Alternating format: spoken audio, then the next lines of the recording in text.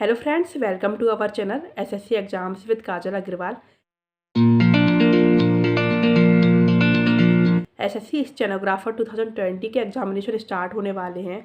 Notification के according इस examination की डेट फिक्स की गई है 29, 30 एंड 31 मार्च। वैसे तो 29 मार्च को होली है, तो मे बी ये एग्जामिनेशन की डेट चेंज हो, या तो एग्ज़ाम प्रीपोन हो सकता है या पोस्टपोन हो सकता है। प्रीपोन में ये होता है कि एग्जामिनेशन कुछ दिन पहले कंडक्ट कराया जा सकता है, और पोस्टपोन में जैसा कि आप सभी जानते हैं एग्जामिनेशन कुछ दिनों बाद कंडक्ट हो सकता है। जहाँ तक मैं समझती हूँ एसएससी का ये एग्जामिनेशन बहुत ज़्यादा समय के लिए प्रीपोन या पोस्टपोन नहीं होगा, लेकिन अगर हम एसएससी की बात कर रहे हैं तो ज़्यादातर चांसेस है कि एग्जामिनेशन पोस्टपोन होगा। लेकिन आप लोग यही मानकर चलें कि अभी एग्जामिनेशन 29, 30 और 31 को ही कंडक्ट कराया जाएगा, और आपका एग्जामिनेशन इन्हीं में से किसी एक दिन पड़ेगा। तो आप लोग इस एग्जामिनेशन के लिए प्रिपरेशन कर ही रहे होंगे। अब आप लोगों को इसके लिए रिवीजन करना स्टार्ट कर देना है। कई लोगों ने रिवीजन करना स्टार्ट कर दिया होगा, हो सकता है मार्च के स्टार्टिंग से ही उन्होंने रिवीजन करना स्टार्ट कर दिया हो। जिन्होंने अभी तक रिवीजन स्टार्ट नहीं किया है वो लोग रिवीजन स्टार्ट कर दें। आप लोग जीएस का ज़्यादा से ज़्यादा रिवीजन करें, क्योंकि जब हम लोग टेस्ट में बैठते हैं तो वहाँ पर 4 ऑप्शंस को देखकर कई बार आंसर मालूम होते हुए भी बहुत कन्फ्यूजन होता है। इस कंडीशन में अगर आप लोगों का रिवीजन अच्छा होगा तो आप लोगों को उन 4 ऑप्शंस को देखकर कन्फ्यूजन नहीं होगा और आप राइट ऑप्शन टिक कर पाएंगे। इसलिए ज़्यादा से ज़्यादा रिवीजन करें। इंग्लिश की ग्रामर को एक बार अच्छे से रिवाइज कर लें। जो मेन कॉन्सेप्ट कुछ याद करने वाले होते हैं उन्हें एक बार अच्छे से पढ़ लें, और साथ में मॉक टेस्ट लगाते रहें। और हर टॉपिक के आप क्वेश्चन भी लगा लें इंग्लिश में। जैसे अगर आपने इंग्लिश ग्रामर में नाउन पढ़ा हुआ है तो नाउन से जितने भी क्वेश्चंस बन सकते हैं एरर डिटेक्शन पर, उन्हें आप लोग लगा दें। इस तरीके से आप लोगों को अपनी इंग्लिश ग्रामर कंप्लीट करनी है। आप लोगों को इडियम्स याद करने हैं और साथ में रिवाइज करते भी चलना है।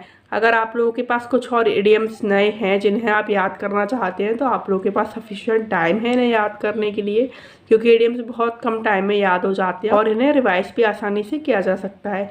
अगर मैं एंटोसाइनो की बात करूं तो आप लोग नया कम पढ़ें और पुराने रिवीजन पर ही ज़्यादा ध्यान दें, क्योंकि एंटोसाइनो बहुत टफ नहीं पूछे जाते हैं एसएससी स्टेनोग्राफर एग्जामिनेशन में।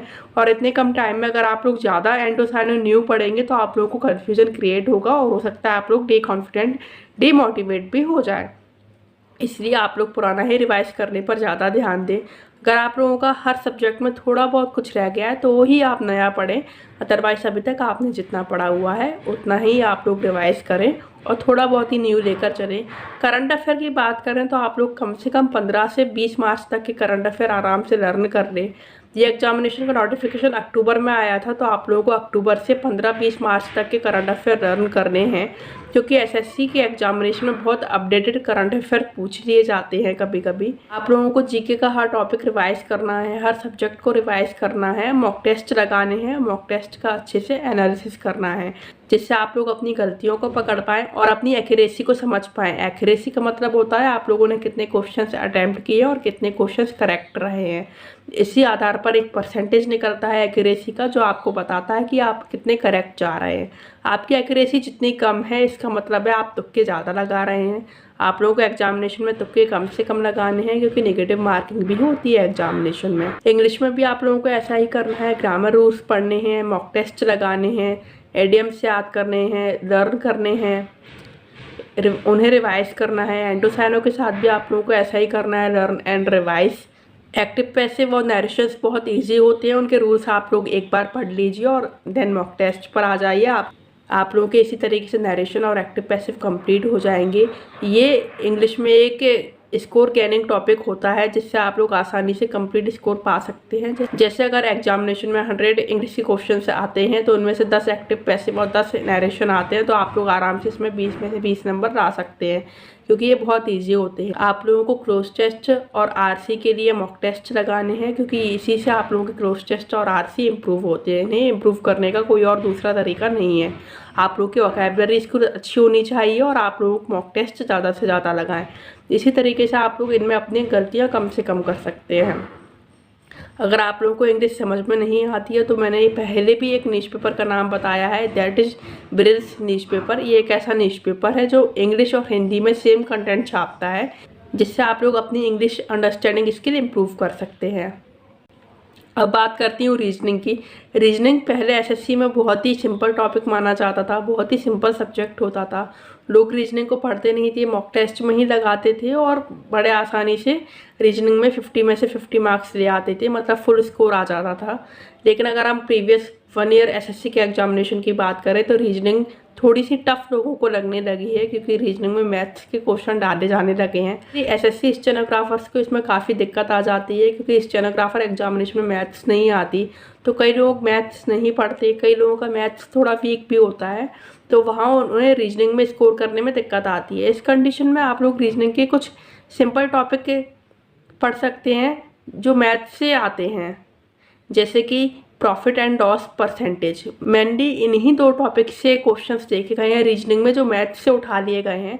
अगर आप लोग profit and loss and percentage बहुत सिंपल लेवल पे भी पढ़ लेंगे तो आप लोगों का रीजनिंग में अच्छा स्कोर हो जाएगा। मैंने एसएससी के प्रीवियस 1 साल के रीजनिंग के सभी क्वेश्चंस के एनालिसिस किया, जिसमें मैंने ज़्यादातर यही देखा है कि परसेंटेज और प्रॉफिट एंड लॉस से ज़्यादा क्वेश्चंस पूछे गए हैं। अदर टॉपिक से भी क्वेश्चन पूछे जाते हैं, लेकिन आप लोगों को उसमें भी ज़्यादा चिंता करने की ज़रूरत नहीं है, क्योंकि रीजनिंग के 50 क्वेश्चंस आएंगे, उसमें पूरे 50 क्वेश्चंस आप लोगों को मैथ्स से नहीं पूछ लिए जाएंगे। मुश्किल से 2 to 3 क्वेश्चंस इस टॉपिक से आएंगे, और बाकी सभी क्वेश्चंस तो आप लोगों को उन्हीं टॉपिक से मिलेंगे जो आप लोग रीजनिंग में पढ़ते हैं। तो अगर इन्हीं थोड़े से क्वेश्चंस को छोड़कर अगर आप लोग बाकी टॉपिक्स पे भी कवर अप कर लेते हैं तो आप लोगों का रीजनिंग में अच्छा स्कोर हो जाएगा। ये बात मैं उन लोगों के लिए कह रही हूँ जिनका मैथ्स बहुत वीक है और उनके पास टाइम नहीं है अपना मैथ्स स्किल इम्प्रूव करने का। अदरवाइज आप लोग profit and loss and percentage का थोड़ा बहुत भी पढ़कर जाएंगे तो आप लोग रीजनिंग के उन क्वेश्चंस को भी आराम से लगा लेंगे। अगर प्रायिकता प्रोबेबिलिटी के भी क्वेश्चंस पूछे जाते हैं तो वो बहुत ईजी होते हैं, आप लोग सिंपल लेवल के क्वेश्चन पढ़ लें। आप लोगों को 11 या 12th क्लास की मैथ्स की बुक में इस टॉपिक से क्वेश्चंस मिल जाएंगे, आप लोगों को वो टॉपिक बहुत अच्छे से समझ में आ जाएगा। शायद 10th की बुक में भी मैथ्स के इस टॉपिक पे क्वेश्चंस दिए हुए हैं। आप लोगों को बहुत ईजी लेवल पे पढ़ना है प्रोबेबिलिटी, अदरवाइज आप लोग इसे चाहें तो स्किप भी कर सकते हैं। मैं अपनी राय दूं तो मैं ऐसा मानती हूँ, अगर 50 में से 1-2 क्वेश्चंस स्किप करके आप लोग पूरे 48-47 क्वेश्चन से कम्प्लीटली करेक्ट लगा लेते हैं तो ये एक अच्छा स्कोर, अच्छा अटैम्प्ट होता है। आप लोग उन 2-3 क्वेश्चंस पे के लिए परेशान होने की बजाय बाकी के क्वेश्चंस पे ध्यान देंगे तो आप लोग रीजनिंग में अच्छा स्कोर कर पाएंगे। जीके और इंग्लिश के लिए आप लोगों को ज़्यादा से ज़्यादा रिवाइज करना है और आप लोगों को डेली मॉक टेस्ट लगाने हैं, उनका एनालिसिस करना है। अगर आप लोग एनालिसिस नहीं करेंगे तो मॉक टेस्ट लगाने का भी कोई मतलब नहीं निकलेगा, इसलिए आप लोग मॉक टेस्ट ज़रूर लगाएं और उन्हें अच्छे से एनालाइज करें। यही एक स्ट्रेटजी होती है किसी भी एग्जामिनेशन में अच्छा स्कोर करने की, चाहे आप लोग एसएससी के किसी एग्जामिनेशन की बात करें, चाहे बैंकिंग के या फिर किसी और फील्ड में जिसमें आप जाना चाहते हो उसके एग्जामिनेशन की बात करें। रिवीजन एक बहुत इंपॉर्टेंट रोल प्ले करता है किसी भी एग्जामिनेशन को क्रैक करने के लिए, एंड देन मॉक टेस्ट भी बहुत इंपॉर्टेंट रोल प्ले करते हैं। दोनों का ही होना बहुत ज़रूरी है अपनी एग्जामिनेशन प्रिपरेशन में, revision and mock test, to get a good score, to gain good score in examination, to pass the examination. I hope आप लोगों को वीडियो अच्छी लगी होगी. If you like the video then please press the like button. If you wanted to be updated with the channel then please subscribe channel and press the bell icon. Thank you for watching the video. Bye bye.